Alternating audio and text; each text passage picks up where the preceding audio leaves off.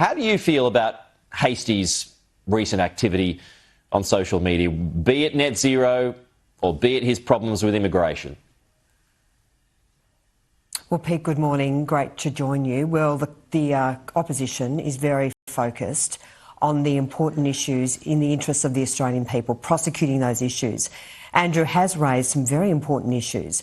They include Labor's mismanagement of immigration, the housing crisis in this country, the failure of this government to stand up for families. So many families are struggling to buy a home. And of course, the energy crisis in this country. And we are very united in our opposition to the 2035 climate targets, which we think are economically reckless and will drive this country off a cliff. So do you think Andrew's comments are all that controversial? No, I don't. I think he's standing up for the issues that so many Australians care about.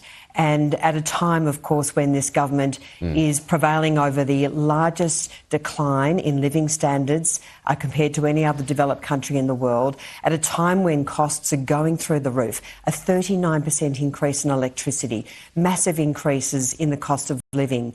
In so many respects, this government is really letting down Australians. And I think Andrew, like all of us in the opposition, are really prosecuting the interests of the Australian people. Do you see it, though, as an attack on the Liberal Party, that it's not doing enough, that it's too Labor light, if you like?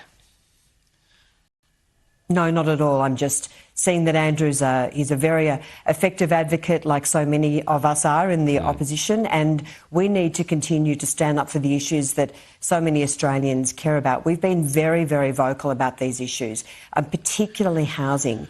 We do have a true housing crisis in this country, and some of that, of course, is driven by very high rates of immigration. 1.8 million people are coming to this country over 5 years. And really, the government has really taken its eye off the ball, because every country, Pete, has an obligation to manage its migration program in the national interest.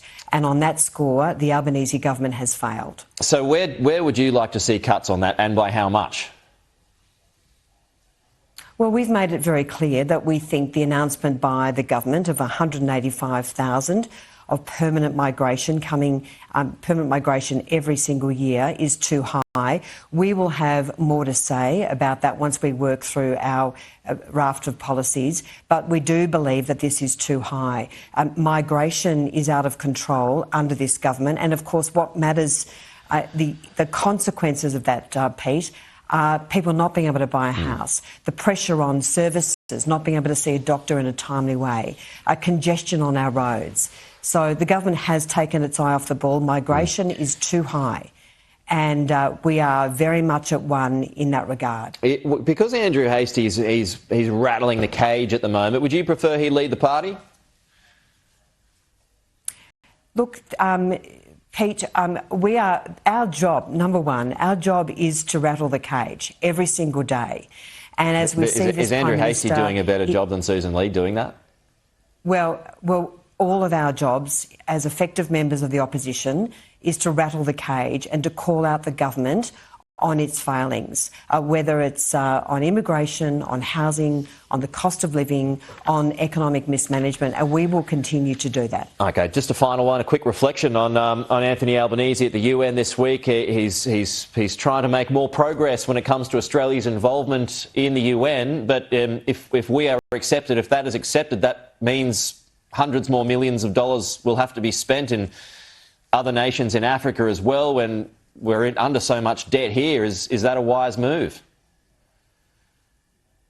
Well, we do support the bid to become a non-permanent member of the UN Security Council, but you have raised an important point. We don't want to see Australia's interests being placed on the sidelines. We are concerned there's a range of foreign policy failures by this government in terms of our relationship with the United States, its priority on the Quad, and of course the premature and frankly reprehensible recognition of Palestine.